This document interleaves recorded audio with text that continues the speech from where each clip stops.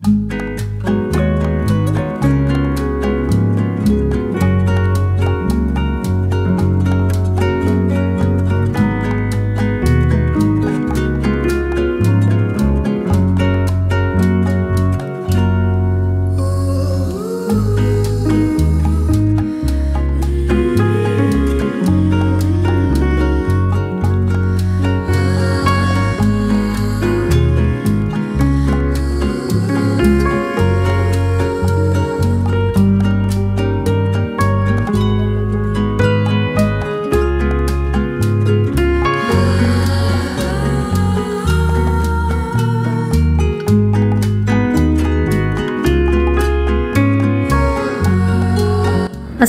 আলাইকুম, সবাই কেমন আছেন? আশা করছি সবাই ভালো আছেন। আলহামদুলিল্লাহ, আল্লাহ তাআলার অশেষ রহমতে আমরাও ভালো আছি। দূরে এবং কাছের দেশ এবং দেশের বাইরে যে যেখান থেকে আমার ভিডিওটি দেখছেন সবাইকে আন্তরিক ভালোবাসা ও শুভেচ্ছা জানিয়ে আজকের ভিডিওটি শুরু করছি। আজকে বাইরে ওয়েদারটা অনেক সুন্দর, একদম মেঘলা আকাশ করে আছে। তো সকাল সকাল বাচ্চাদেরকে একটু চা দিয়ে দিচ্ছি, ডিম আর ভেজিটেবল দিয়ে একটু ভাত ভাজা করে দিব। এই হলো আজকের সকালের সিম্পল নাস্তা। ভাত ভাজা নামানোর আগে সামান্য পরিমাণ একটু ঘি দিয়ে দিই, তাহলে ফ্লেভারটা অনেক সুন্দর আসে। আর ঘরে যদি ক্যাপসিকাম থাকে, ক্যাপসিকামটা যারা পছন্দ করেন দিতে পারেন। আমার কাছে খুবই ভালো লাগে। আমার কাছে মনে হয় ক্যাপসিকাম যে কোনো খাবারে দিলে যে একটা ফ্লেভার আসে না, ফ্লেভারটা আমার খুব পছন্দ। ধনিয়া পাতা, কাঁচামরিচ, পেঁয়াজ সব কিছু দিয়ে সিম্পল একটা ভাত ভাজা করেছি, কিন্তু খেতে কিন্তু খুবই ভালো হয়েছিল।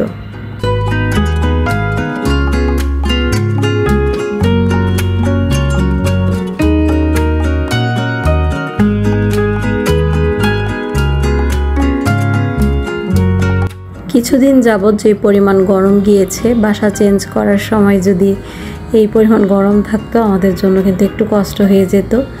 ওয়েদারটা কিন্তু কিছুদিন ধরে খুবই সুন্দর, তেমন একটা গরম নেই।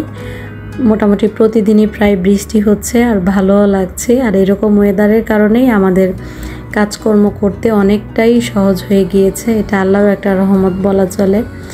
যে কোনো কাজ আপনি হাত দিলে যদি বৃষ্টি হয় সেখানে আল্লাহর রহমত থাকে, এরকম শুনেছি। জানি না কতটুকু সত্য মিথ্যা, তবে এই ওয়েদারের কারণে আমাদের কাজ অনেকটাই সহজ হয়ে পড়েছে আর খুব দ্রুত আমরা গুছিয়ে ফেলতে পেরেছি। ঘরের সব কিছু ক্লিন করতে করতে এই জিনিসপত্রগুলোই বাকি আছে। এগুলোতে আর কি কি আছে দেখে যেগুলো কাজের জিনিসপত্র সেগুলো গুছিয়ে রাখবো, আর যেগুলো ফেলে দিতে হবে সেগুলো ফেলে দিব।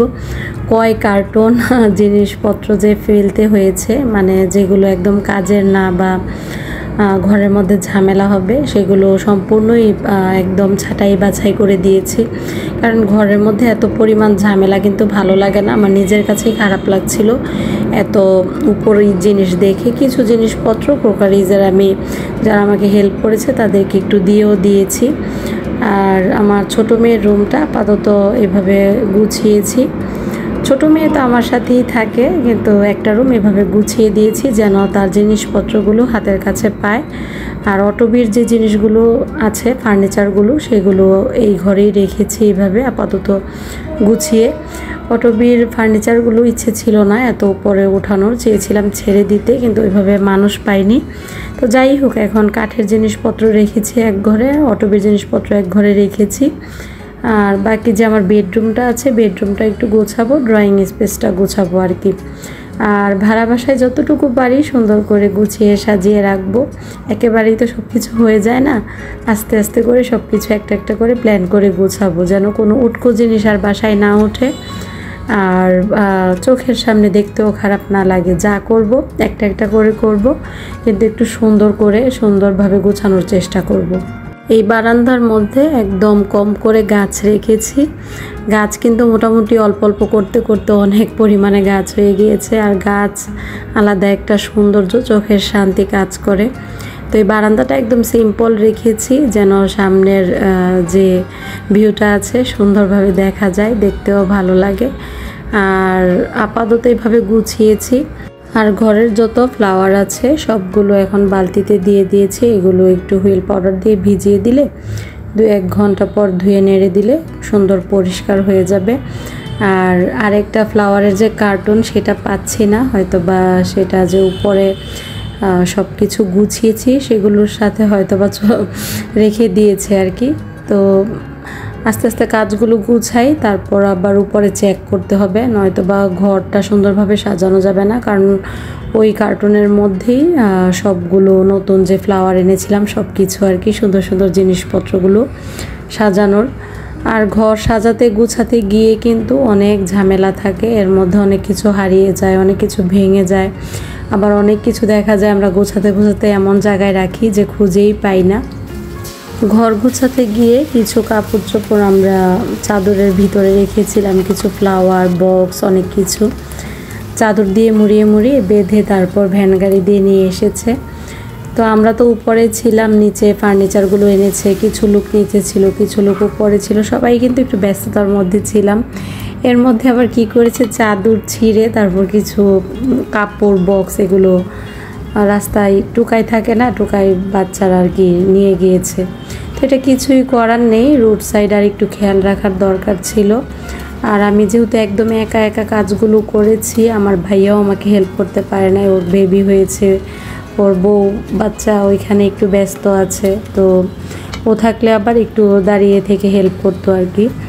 তো সেই ক্ষেত্রে কিছুই করার নেই, এরকম স্বাভাবিক একটু চেঞ্জিং করতে গেলে এই ঝামেলার মধ্যে পড়তে হয়। আর সারাটা দিন দৌড়াদৌড়ির পর কিন্তু একদম এনার্জি থাকে না, যে একটা জায়গায় গিয়ে আবার দাঁড়িয়ে থাকি, আবার উঠি, কতবার যে আমাকে ওঠানামা করতে হয়েছে তার কোনো হিসেব নেই। এই বাসায় যাও কারেন্টের সমস্যাটা একটু কম, ওই বাসায় কিন্তু একটু পর পর কারেন্ট চলে যায়, লোডশেডিং অনেক বেশি ওই লাইনের মধ্যে, ওই লাইনটা আলাদা কারেন্টের। তো ওইখানে কিন্তু বারবার লিফটেও ওঠা যাচ্ছিল না, কারেন্টের ডিস্টার্বের কারণে অনেক সময় সিঁড়ি দিয়ে উঠছিলাম আবার নামছিলাম, আবার লিফটে উঠছিলাম নামছিলাম, মানে এই করতে করতে আমার 2 পা হাঁটু এমন ব্যথা হয়েছে, কোমরের ব্যথা, এগুলো থেকে কিন্তু আমার জ্বর চলে এসেছে। আর আমার যেহেতু শ্বাসকষ্টের সমস্যা আছে, দেখা গিয়েছে যে অ্যালার্জির সমস্যাটা আমার বেশি বেড়ে গেলে আমার শ্বাস ফেলতে অনেকটাই কষ্ট হয়। একটু ধুলাবালির কাজ করলে, বেশিক্ষণ বেশি পরিশ্রমের কাজ করলে আমি একটু হাঁপিয়ে উঠি। তো আমার শরীর স্বাস্থ্যের দিকে খেয়াল রেখেও আমার এখন কাজকর্ম করতে হয়। আমার হাজব্যান্ড যদি বাসায় থাকতো তাহলে উনি একটু হেল্প করতে পারতো, বা উনি থাকলে আমার কাছে অনেকটাই ভরসা মনে হতো আর কি। কারণ হাজব্যান্ডের কাছে যতটুকু জোর দিয়ে সব কিছু বলা যায় সবাইকে তো বলাও যায় না।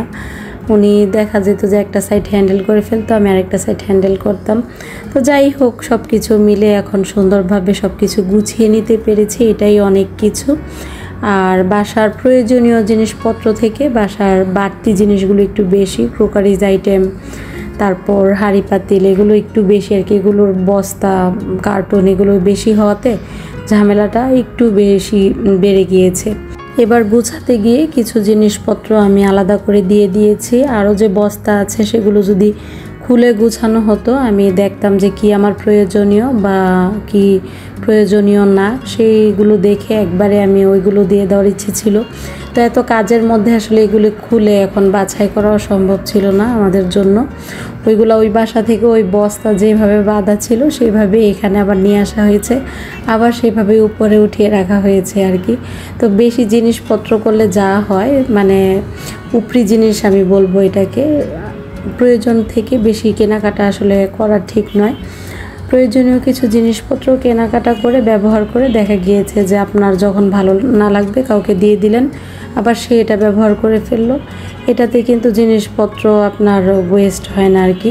আর বাসার যে পুরনো ফার্নিচার আছে সব কিছু যে একবারে বাদও দিয়ে দিব, একবারে বাদ দিতে গেলে সব কিছু আবার গুছিয়ে করতে গেলে কিন্তু অনেকটা সময়ও লাগতো। তো ইচ্ছে আছে যেটা যেটা ব্যবহার করা যায়, যতদিন ব্যবহার করা যায় ব্যবহার করব, তারপরে একটা একটা করে ফার্নিচার আবার নতুন করে করলে একটা করে নামিয়ে নিব, এরকম একটা ইচ্ছে আছে আর কি।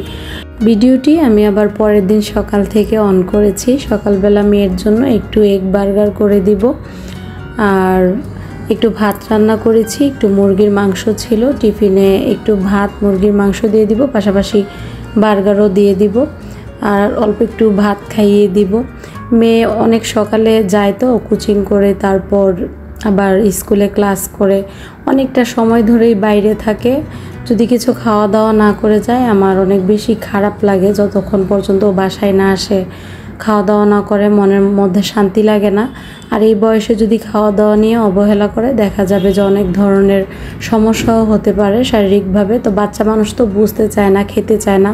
তো আমি সব সময় বলি যে খাও, অল্প করে খাও, কিন্তু দিনও বেলা খাও।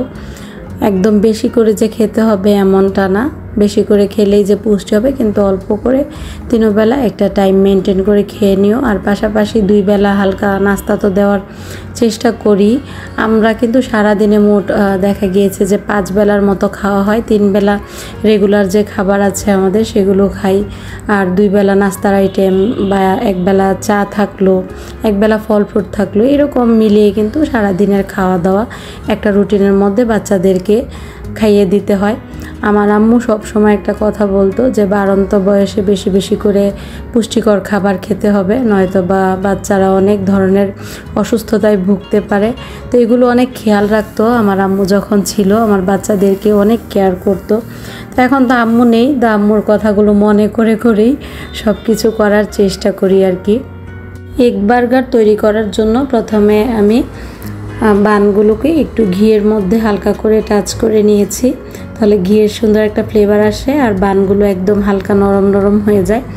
ওভেনে দিলে কিন্তু দেখবেন যে বান কেমন রাবার রাবার হয়ে যায়, বা স্যান্ডউইচ মেকারে দিলেও সাথে সাথে খেয়ে নিতে হয়।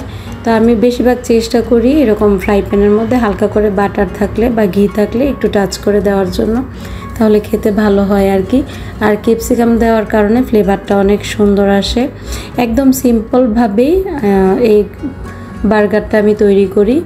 এখানে আমি কাঁচামরিচ দিয়েছি, ধনিয়া পাতা, পেঁয়াজ আর ক্যাপসিকাম দিয়েছি। আপনাদের কাছে যদি আরও কোনো ধরনের ভেজিটেবল থাকে সেগুলোও দিতে পারেন। উপর থেকে সামান্য পরিমাণ একটু টেস্টিং সল্ট দিয়ে দিব, একটু ঘি দিয়ে দিব নামানোর আগে, সামান্য পরিমাণ একটু চিনি দিয়ে দিব। টেস্টিং সল্টটা যদি আপনারা চান এটা স্কিপও করতে পারেন, বাচ্চাদের স্বাস্থ্যের জন্য খুব বেশি একটা ভালো যে তা না, আমি মাঝে মধ্যে দিলেও খুব পরিমাণে কম দিই একটু টেস্টের জন্য আর কি। ঘরে যদি চিকেন না থাকে খুবই সহজ পদ্ধতিতে এইভাবে এগ বার্গার বাচ্চাদের তৈরি করে দিবেন, দেখবেন বাচ্চারা অনেক বেশি পছন্দ করবে।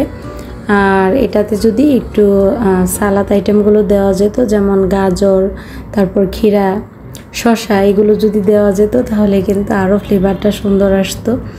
তো এখন আমি রুটির মধ্যে এখানে এগের যে পুরটা করেছি সেটা দিয়ে দিচ্ছি, আর উপর থেকে সস দিয়ে দিব। সসের পরিমাণটা খুব বেশি দিচ্ছি না, আমার কাছে খুব বেশি দিলে ভালো লাগে না, উপর থেকে অল্প করে একটু সস দিয়ে দিব আর কি।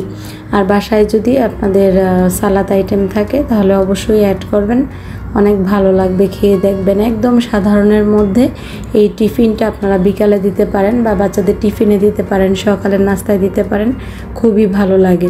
আর আমি নিচের দোকানে যেমন ধরনের বান পেয়েছি সেটাই নিয়ে এসেছি, সেটা দিয়েই আমি তৈরি করেছি আর কি। একটু বানটা টাটকা হলে খেতে ভালো লাগে। আর যে কোনো বার্গার করবেন, চিকেন বার্গার হোক, এগ বার্গার হোক বা স্যান্ডউইচ হোক, সেক্ষেত্রে যদি আপনার কি বলে রুটিটা যদি একটু ভালো হয়, রুটির সাইজটা যদি একটু সুন্দর থাকে তাহলে কিন্তু দেখতেও ভালো লাগে, খেতেও ভালো লাগে। তো এখানে আমি দুপুরে রান্নাবান্না বসিয়ে দিয়েছি, একটু খাসির মাংস রান্না করব। খাসির মাংস রান্নার জন্য এখানে আমি গুঁড়ো দুধ, ঘি আর রেগুলার যে স্পাইসি আছে যে মশলাগুলো আছে সেইগুলো দিয়ে দিয়েছি আর কি। আদা রসুন বাটা, গরম মশলা, হলুদ, মরিচ, ধনিয়ার গুঁড়া, জিরার গুঁড়া, পেঁয়াজ, আলু একসাথে দিয়ে তারপর এখন সামান্য পরিমাণ একটু পানি দিয়ে প্রথমে মাংসটাকে আমি ভালোভাবে কষিয়ে নেব। আর যেহেতু খাসির মাংস, আমি হালকা একটু গরম পানি, একটু লেবুর রস দিয়ে মাংসটাকে ভালোভাবে প্রথমে ধুয়ে নিয়েছি যেন কোনো গন্ধ না লাগে। খাসির মাংসটা এমনিতেও খুব ভালো, এর আগের দিন যে বিরিয়ানি রান্না করেছিলাম বাসমতি চাউল দিয়ে, খেতে খুব ভালো হয়েছিল, কোনো প্রকার গন্ধ লাগেনি। আজকেও গন্ধ লাগবে না জানি, তারপরও একটু যদি সুন্দরভাবে ক্লিন করে নেওয়া যায় খাসির মাংসটা তাহলে কোনো প্রকার গন্ধ থাকে না। আর বাচ্চারা যদি একটু গন্ধ পায় তাহলে কিন্তু বাচ্চাদেরকে আর এই মাংসটা খাওয়ানো সম্ভব হবে না। তো সেই জন্য একটু কেয়ারফুলি রান্না বান্না করতে হয় আর কি।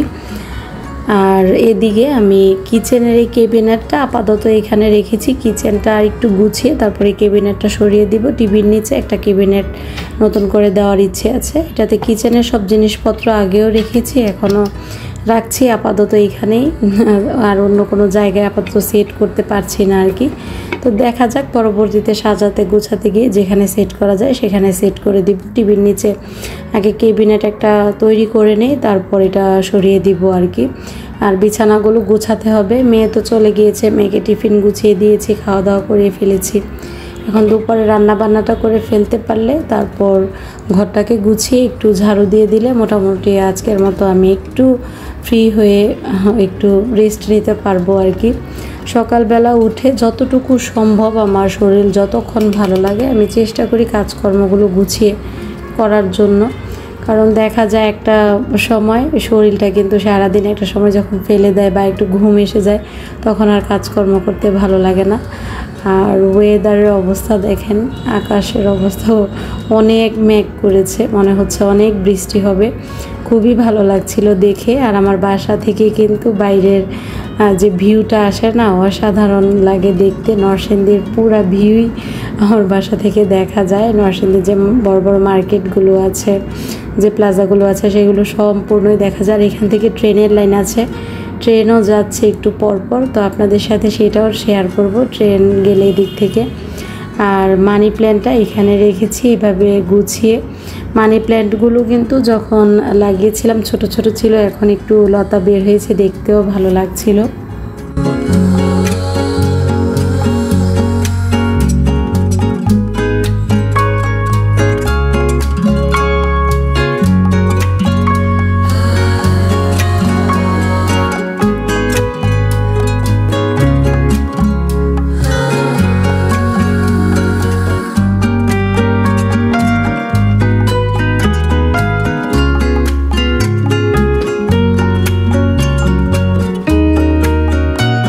আপনাদের সাথে গল্প করতে করতে এদিকে মাংসটা ভালোভাবে কষানো হয়ে গিয়েছে।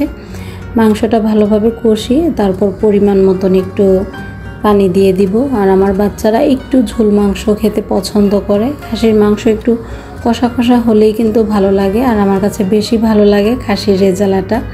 তো এদিকে আপনাদের সাথে আরেকটা বিষয় শেয়ার করছি। আমার মেয়ে কিছু অর্ডার দিয়েছিল অনলাইনে, তো সেগুলো এসেছে, সেগুলো দেখছিলাম। কিছু এখানে ব্যান্ড অর্ডার দিয়েছে, মাথার চুলের যে তুলি হয় আর কি সেগুলো। তো এগুলো আমি আবার জিজ্ঞেস করছিলাম চুলের মধ্যে লাগবে কি না, ও বলছে লাগবে না। আর বড় একটা ওয়াটার পট এনেছে পানি খাওয়ার জন্য। রাতে বারবার উঠতে হয় পানি খাওয়ার জন্য, যেই ওয়াটার পটটা দিয়ে দিই ওর নাকি ওইটা দিয়ে পানি খেয়ে ওর কাছে ভালো লাগে না, তো একটু বড় সাইজের নিয়ে এসেছে। তো আমার কাছে ভালোই লেগেছে সামনাসামনি দেখতে। এটার সাথে আবার কিছু স্টিকারও দিয়েছিল। আর এদিকে ফ্লাওয়ারগুলো যে ধুয়ে দিয়েছিলাম বাইরে থেকে এনে আবার ভিতরে রেখেছি। যে পরিমাণ মেঘ করেছে আকাশে, দেখা গিয়েছে যে কোনো মুহূর্তে বৃষ্টি আসলে ফুলগুলো, শুকনো ফুলগুলো আবার ভিজে যেতে পারে, তো সেই কারণে ভিতরে এনে ফ্যানের নিচে দিয়ে দিয়েছি। আর মাংসটা এখন চুলাটা অফ করে দিয়েছি। চুলা মোটামুটি অনেকটা সময় ধরে তাপ থাকবে, যেহেতু কারেন্টের চুলা একটু হিট থাকে, তো আস্তে আস্তে মাংসটা আর একটু ঝোলটা কমে আসবে, উপরে তেলটা ভেসে আসবে, তখন দেখতে আরও ভালো লাগবে আর কি। আর সারাদিন ঘুরে ফিরে আপনাদের সাথে একটু পরপর বারান্দাটা শেয়ার করি। বারান্দার মধ্যে যখন গাছগুলোতে ফুল ফুটে দেখতে খুবই ভালো লাগে, মনটা জুড়িয়ে যায় আর কি। গাছপালা আমার সবসময় আপনাদেরকে বলি যে অনেক বেশি পছন্দ। আর সবুজ হলো চোখের শান্তি। সবুজ যত দেখবেন আপনার চোখ তত ভালো থাকবে, দেখবেন যে চোখটা শীতলও করে, ভালো লাগে। আজকের মতো ভিডিওটি এই পর্যন্তই ছিল। আশা করছি ভিডিওটি আপনাদের কাছে ভালো লেগেছে। যদি ভিডিওটি ভালো লেগে থাকে লাইক কমেন্ট শেয়ার করতে পারেন। চাইলে আপনার সুন্দর কমেন্টসের মাধ্যমে জানাতে পারেন আমার ভিডিওটি কেমন হয়েছে। সবাই ভালো থাকবেন। আল্লাহ হাফেজ।